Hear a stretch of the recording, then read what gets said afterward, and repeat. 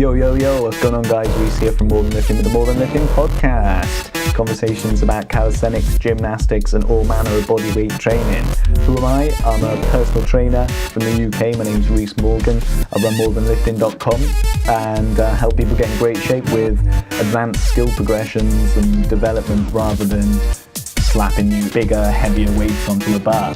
And yeah, that's about it for me. In this episode, we're going to be talking about common variation types. All right, in the last episode we talked about different groups of variations and how they work in your training with some very interesting examples. Today I'm going to be talking to you about common variations. All right, and there's a couple of different variation kind of styles, if you like, some formats that transfer across various different exercises. We touched on one quite a lot last week, in the last episode, but there are about 5 or 6 different basic variations, common variations that can be translated across to different exercises. All right, things like pull-ups and push-ups, you could be doing the same variation for both of those things, the same style of variation. I'm going to go into a lot more detail in just a minute. But first, if you haven't been keeping up with the website, we're doing the 100 push-up challenge again this year, and it's 52 different push-up challenges, 52 different variations, getting progressively harder from very, very simple right at the start of the year to super advanced. If you want to get involved with that, just go to morethanlifting.com/100 challenge. You can sign up there or check out the latest the latest articles, the latest workouts. And I'm going to start doing these, which was the point of me telling you this, on Facebook and YouTube Live. And I'm trying to work out a way I can do Instagram as well without spending loads of money on like expensive gear or having 2 phones. Oh, actually, I could try 2 phones. Yeah, that's a good idea. So I'm going to start doing these live every week. We're going to do them on Sundays. All right, starting from next Sunday, which I believe is... I don't know what it is. Anyway, we're going to be doing it then. The time's going to vary, all right? It's going to change depending on what I'm doing each week, but I'm going to try and do them around the same kind of time in the morning, if possible. So go and follow me on Facebook and get on the YouTube channel as well, and subscribe to that so you can watch them live and you can get involved if you like, or ask any questions or whatever you need to do. We're just going to do them live, and then we're going to start doing them live for the rest of the year. All right, and it's just going to keep going. It's going to help me do them. It's going to help you guys do them. And it's going to be just a bit of fun for us all to get involved with as well. This week's a boring one. It's like fist push-ups or knee to chest or something. But over the next couple of weeks, I'm just looking down our list now. We've got stability ball push-ups coming. We've got Spider-Man push-ups. We've got tricep extensions and raised pike push-ups and all kinds of fun stuff coming. Okay, it's starting to get really interesting, and by halfway through the year it's absolutely mental. Last year I actually stopped like halfway through the year, and just because life kind of got in the way, and yeah, so it's been really good fun getting back into it. But I'm actually hoping to finish it this year, and we'll be on the planche push-ups, one-arm push-ups, and all kinds of other stuff by week 52. We got full body plyo, we got 90-degree push-ups, and fuck me, 20 90-degree push-ups. Can you imagine that? Well, the only way you're going to see that is getting on the YouTube channel. And wait until the end of the year. Yeah, so that's a little bit about the 100 push-up challenge. If you want to get involved, like I say, go to morethanlifting.com/100 challenge. But today we're going to be talking about these common variations. All right, and I wanted to talk to you about these because knowing just these handful of common variations means you can automatically start progressing your push-ups, your pull-ups, and your rows, and a lot of dips actually. I mean, okay, some of them might be quite difficult with dips, but you have different options to get in with them. All right, so these common variations, I'm not going to hold out and telling you any longer. We've got the obvious one-arm variations, which is right at the difficult end, just to let you know. Then we got archer variations, we got typewriter variations, plyometric variations, and our grip change, which we spoke about already in the last episode. So with these, you can basically do I'll get into each of these individually, but you can do like one-arm dips, one-arm push-ups, one-arm pulls. You can do archer, push-ups, pulls, typewriters. You know, these common variations translate across a lot of different exercises. So you'll see them pop up all the time, archers especially. We're going to explain a bit about these and what they're good for and why you need to be doing all of them, or at least try and do, you know. I mean, if you can do, or I hate to say this out loud, if you can do 20 dips, you should be able to do a one-arm push-up. Yeah. I mean, I reckon 16 dips. If you could do 16 dips like, in a row, you should be able to do a one-arm push-up. There's a challenge for you. Can you do a one-arm push-up? You can try right now. That's the great thing about push-ups. You can just stop whatever you're doing and do a push-up. You could be on the tube, on an airplane, drive in your car. Don't do it if you're driving. You could be wandering around the town or whatever, working. Just give me a one-arm push-up. You reckon you can do it? I never realised I could do a one-arm push-up until someone challenged me like that. Do one right now. And I was at work. This is when I was working up in London for a construction company. And I'd never tried it. Literally, you just one-arm push-ups are those things that you think like only strong men can do. Like, by strong men, I mean like the world's strongest man and like bodybuilders and shit. I thought one-arm push-ups were really hard. I mean, they are really hard. Don't get me wrong, but if you can do a lot of dips, like you should be able to do a one-arm push-up because push-ups are quite easy. And then all you're doing is doing that very quite simple exercise with one arm. Like, I mean, I believe in you. So give me a one-arm variation, a one-arm push-up. Right, so like we say, one arm, these were the first kind of ones that I mentioned. One-arm variations are exactly what they sound like. One-arm pulls, one-arm dips, why not? And one-arm rows as well, an obvious one that you can do.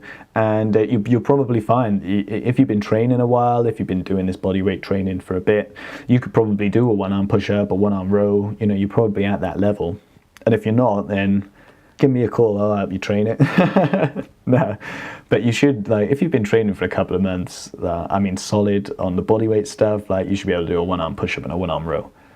If you can do one, then you should be able to do the other as well, because they're basically like comparable exercises, aren't they? They're both level 1 exercises, sorry, each movement pattern, push and pull. So the one arm, they're like the most advanced, one of the most advanced variations of exercises you can get. And they're common because obviously you're doing a lot of movements with your upper body when you're doing your upper body training. And so it's naturally progressing onto 1 instead of 2. So that's it, one arms. Next one, arches. A lot of people can do archer variations badly, and a lot of people can do them well. And the difference between doing them well and doing them badly is how straight your straight arm is, really. It should be like a press, like a lever. I mean, that's in the ideal world. It's not like everyone should do it, and if not, it doesn't count as a rep or whatever, because like, I mean, what do you do when you've done 5? You're probably bending both your arms, and that's all right. Like, don't be so strict. But the basic rule for like an archer variation is one arm is bent and one arm straight. So with your push-up, you're kind of in a wide stance. One arm stays straight, and then you kind of lever down. You do your negative down to one side, and then push. It's like a one-arm push-up in a way.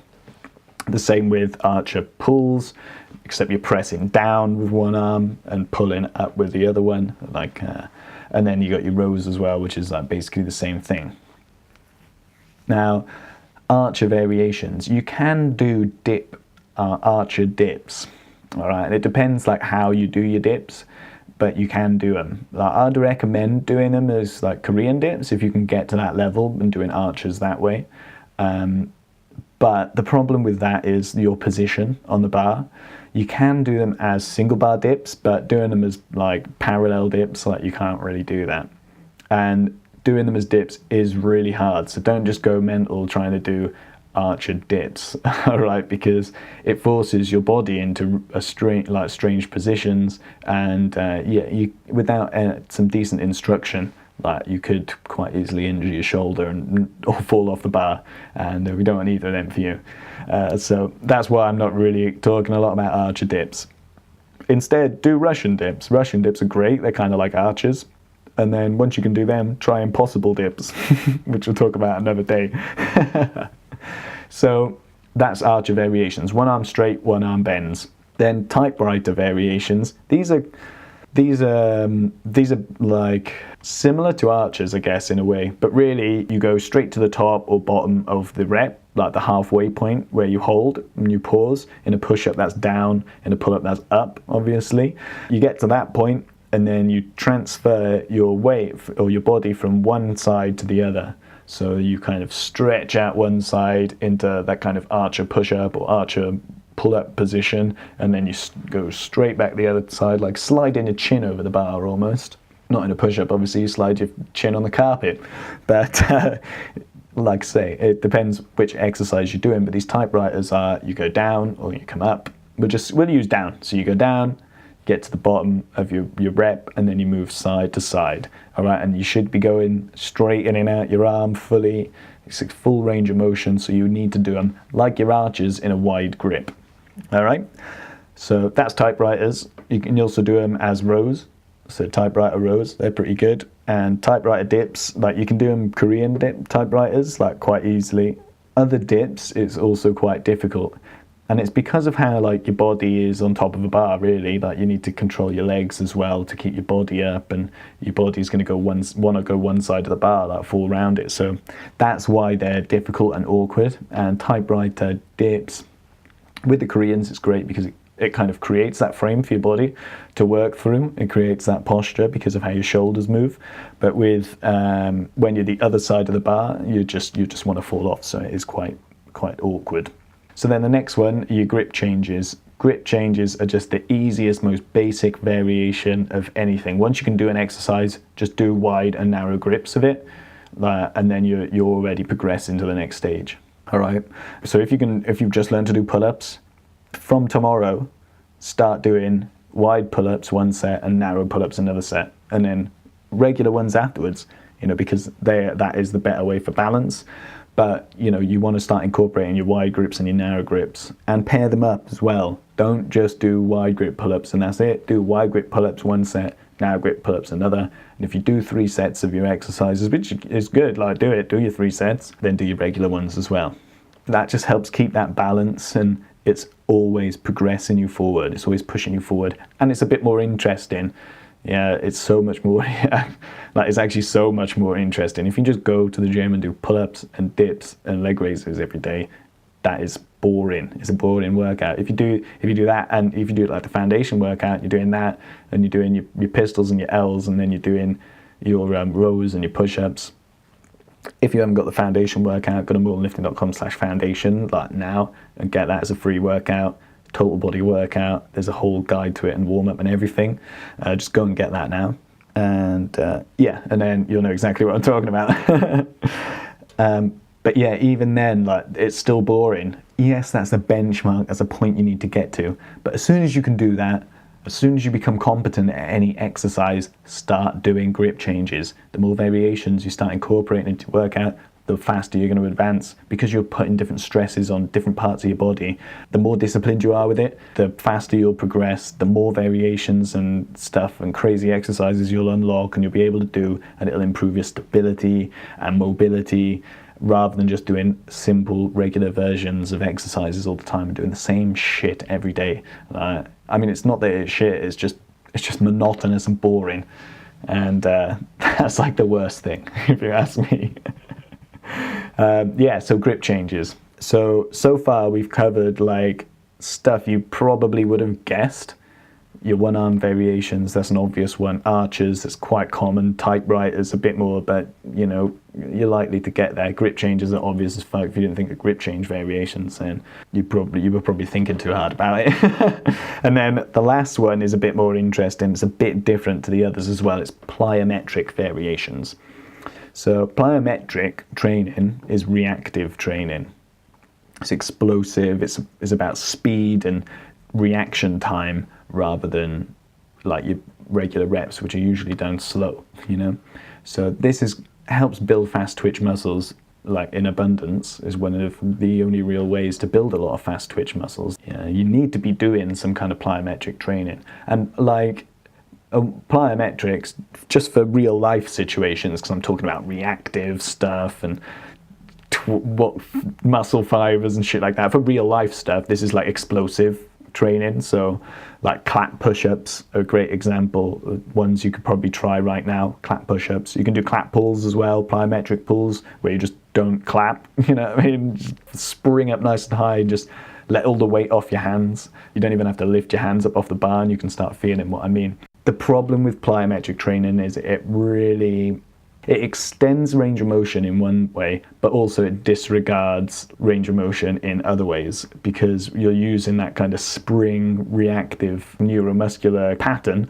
which you don't have time to fully extend your arms and your shoulders like you do when you're training with discipline. Like how I encourage people to do things like their pull-ups and their push-ups and their regular stuff. With plyometric, you don't have that much time. You just got to bounce. And it sounds a bit crazy, and it's like not really what I recommend with a lot of exercises, but it's just because plyometric sounds so technical. But when you're doing clap push-ups, like, be disciplined with it. But if you're doing Superman push-ups or something, like, you look at someone, no one does them with perfect form.